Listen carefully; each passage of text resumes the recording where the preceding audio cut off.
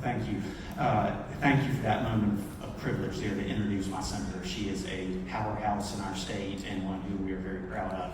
As a former congressional press secretary, I know it's important when your boss walks in the room to pause your comments and then pick back up. So I appreciate that. As I was saying, our agency is 114 years old, dating back to 1912. Our mission is simple: change lives, build families, and strengthen communities.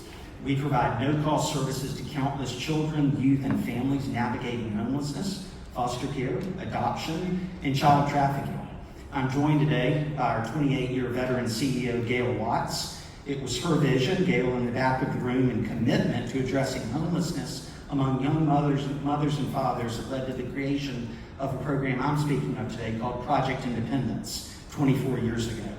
You've heard these two words. I keep coming back to them. Project Independence is a common sense, targeted solution to keeping young mothers or fathers and their children together when homelessness becomes a grim but growing reality.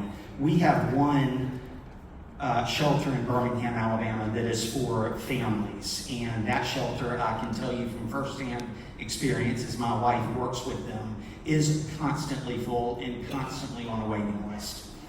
We have an in-depth understanding at Children's Aid Society of the significant barriers pregnant and parenting homeless youth in our community face. Those include age, undereducation, underemployment, lack of family support, and again, very few housing and service programs targeted to family needs. Trauma and instability leave them vulnerable.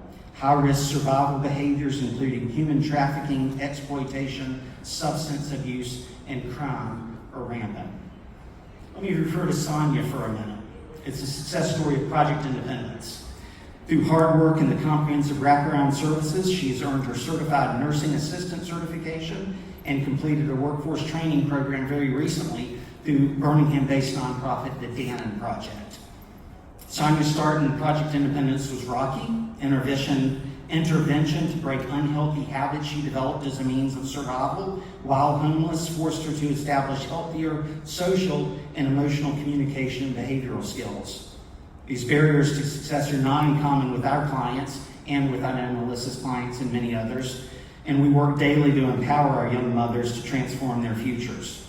We're addressing these barriers today with Senate Bill 1667. All children, youth, and families deserve a safe place to call home. Senators Britt and Alsobrooks, along with their bipartisan co-sponsors and bipartisan members on both sides of the Hill, are committed to giving Alabamians, Marylanders, and all American children, youth, and families experiencing homelessness the support they need. 2025, the Kids Count Data Center from the Annie E. Casey Foundation reported Alabama ranks 43rd in the United States in child well-being, with 21% of our children living in poverty. Statistical rankings in economic well-being, education, health, infant mortality, food insecurity, they're all also concerning.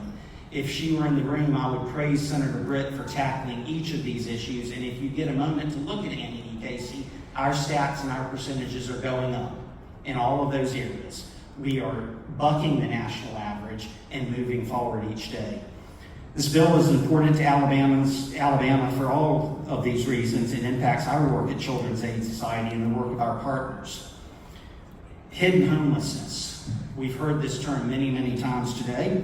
This term describes those youth who are couch surfing, doubled up, squatting, or sleeping in cars.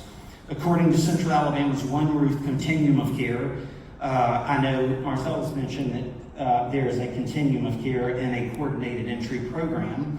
We're a part of that as well in Alabama. With our 2025 point-in-time count, on average, 33 Central Alabamians will sleep in their car just tonight. 44 youth will find an abandoned building or parking lot to sleep in just tonight. And over the past 2 years, 202 Alabamians with children, 141 youth, and 24 parenting youth have been referred to services through our coordinated entry program. We have Schoolhouse Connection in the room today. Thank you for all of the work you do on a national level.